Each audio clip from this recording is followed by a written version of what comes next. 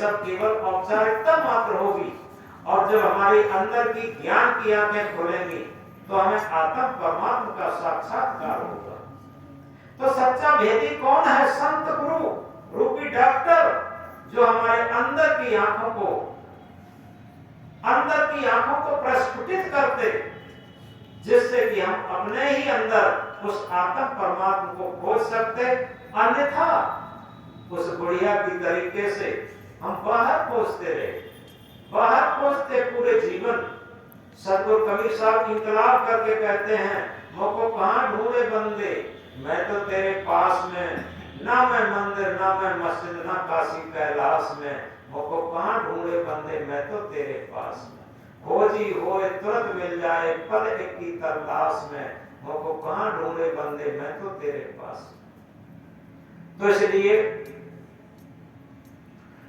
इस बात को हम बहुत गहराई से समझें कि जब तक हम अपनी आंखों को खोलने के लिए सद्गुरु संत रूपी डॉक्टर के पास जाएंगे नहीं और उनके निर्देशन को मान करके उस सूत्र पर चलेंगे नहीं, उसका आचरण नहीं करेंगे, तब तक हमें सफलता नहीं मिलेगी। सबसे बड़ी चीज है जिसे हम कई बार दोहराया करते हैं कि धर्म धर्म तो सब कहें, मजहब धर्म ना होए, निर्मल मन का आचरण सत्य धर्म है सो।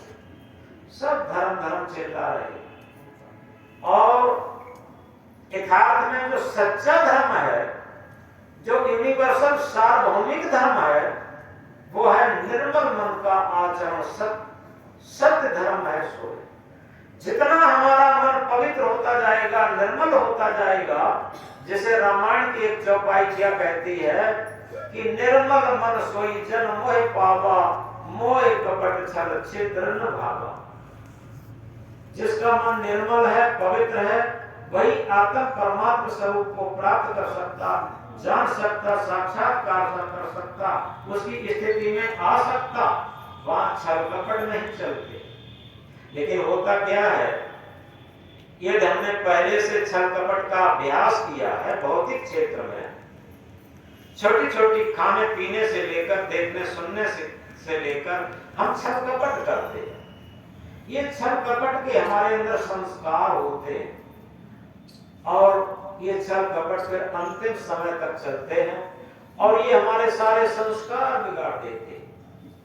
यथार्थ में देखो रावण कितना ज्ञानी था, बताते हैं चारों वेदों का ज्ञाता था और उसने भाष्य भी किया था, टीका भी किया था वेदों पर।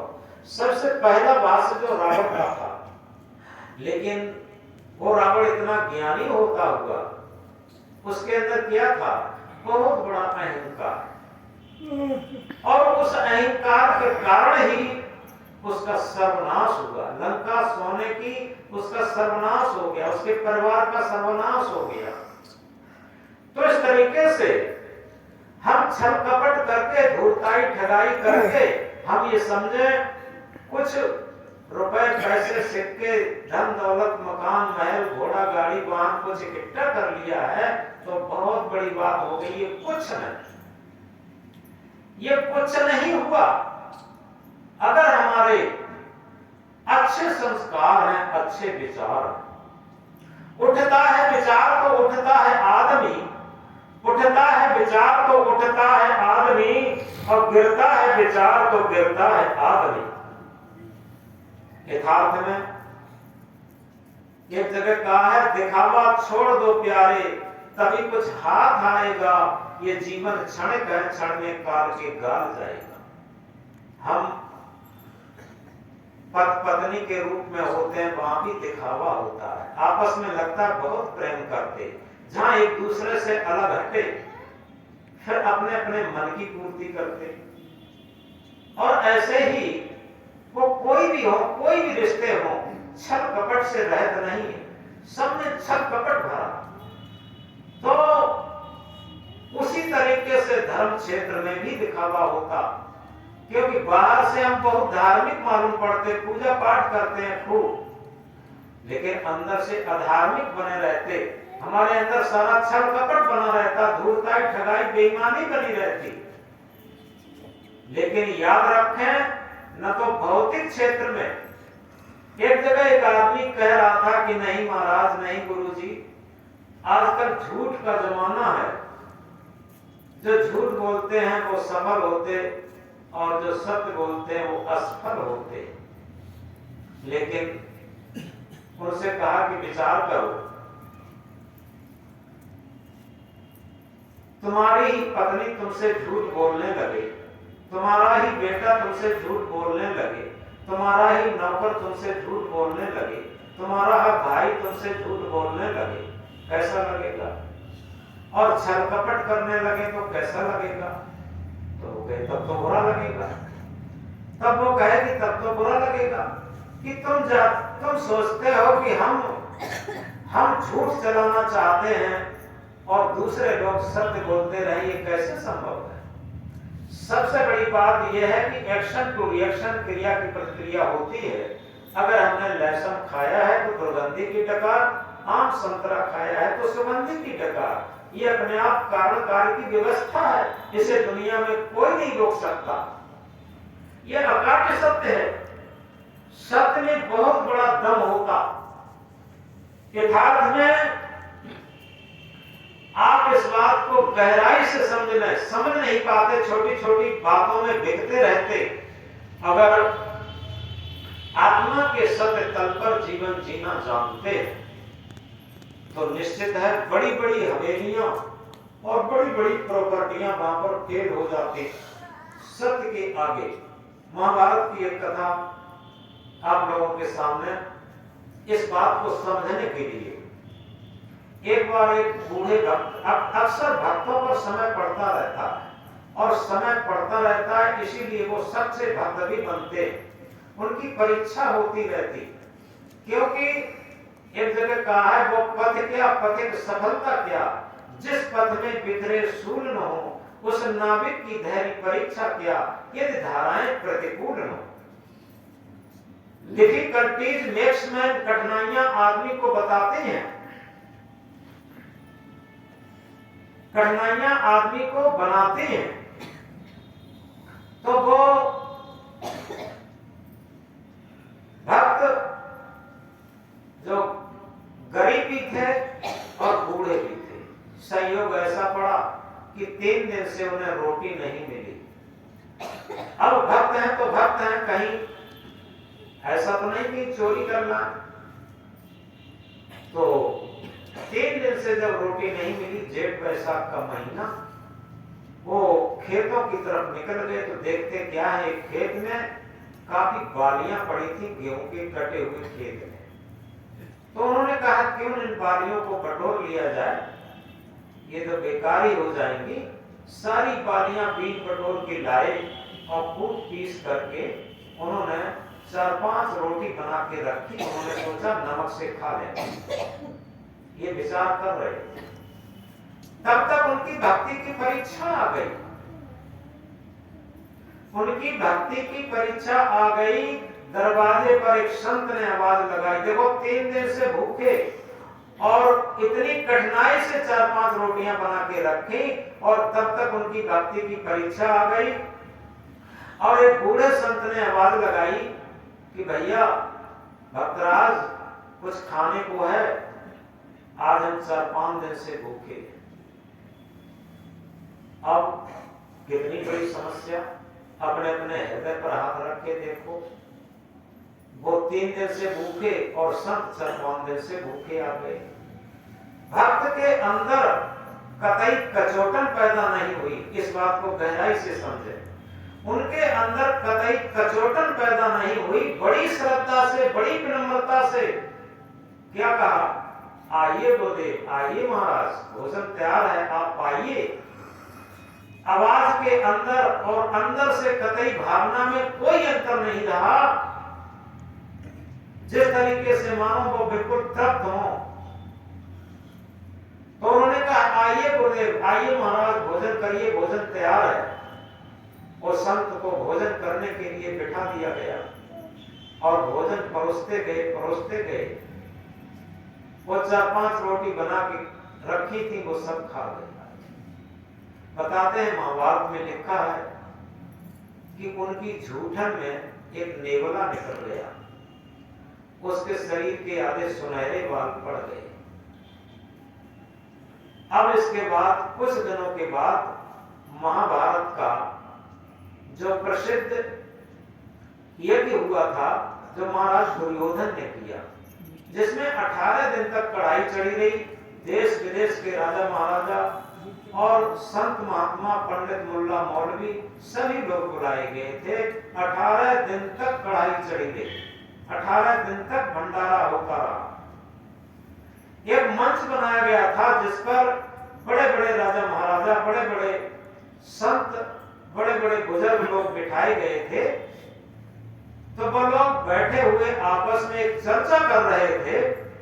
जितना महाराज युधिष्ठिर ने बड़ा यज्ञ किया, जिसमें 18 दिन तक कड़ाई चढ़ी रही, जिसमें देश विदेश के राजा महाराजा, संत महात्मा, पंडित, मुल्ला, मौलवी सभी लोग भोजन करके, दक्षिणा पा करके, तृप्त होकर के, खुश होकर के जा रहे हैं।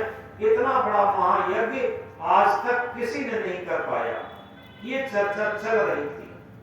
तब तक क्या होता है, वो घूमता हुआ नेवला पहुंचा। उसने उन लोगों के सामने अपनी बात रखी। उसने कहा कि भाई, हमने एक ऐसा महायज्ञ देखा, उस महायज्ञ के ये यज्ञ एक रोंगटे के बराबर भी नहीं हुआ। जो 100-100 वर्ष के बूढ़े थे, विदेश के राजा महाराजा थे, जो अंतरराष्ट्रीय लेवल की बात जानते थे, वो क्या कहते, ये नेवला क्या कह रहा। हम लोग अंतरराष्ट्रीय लेवल की बात जानते हैं, और ये कह रहा कि मैंने ऐसा महायज्ञ देखा जिस महायज्ञ के मुकाबले ये यज्ञ एक रोंगटे के बराबर नहीं हुआ। आखिर उससे पूछा, भैया तूने कहां ऐसा महायज्ञ देखा? तो उस नेवले ने कहा कि मैंने महायज्ञ देखा, एक भक्तराज 3 दिन से भूखे और खेत में से बालियां बीन बटोर के लाए, कूट पीस के रोटी बना के तैयार की, और जैसे ही रोटी पाना ही चाहते थे, भोजन पाना ही चाहते थे, तब तक उनकी भक्ति की परीक्षा आ गई। और बाहर एक भूखे संत ने आवाज लगाई।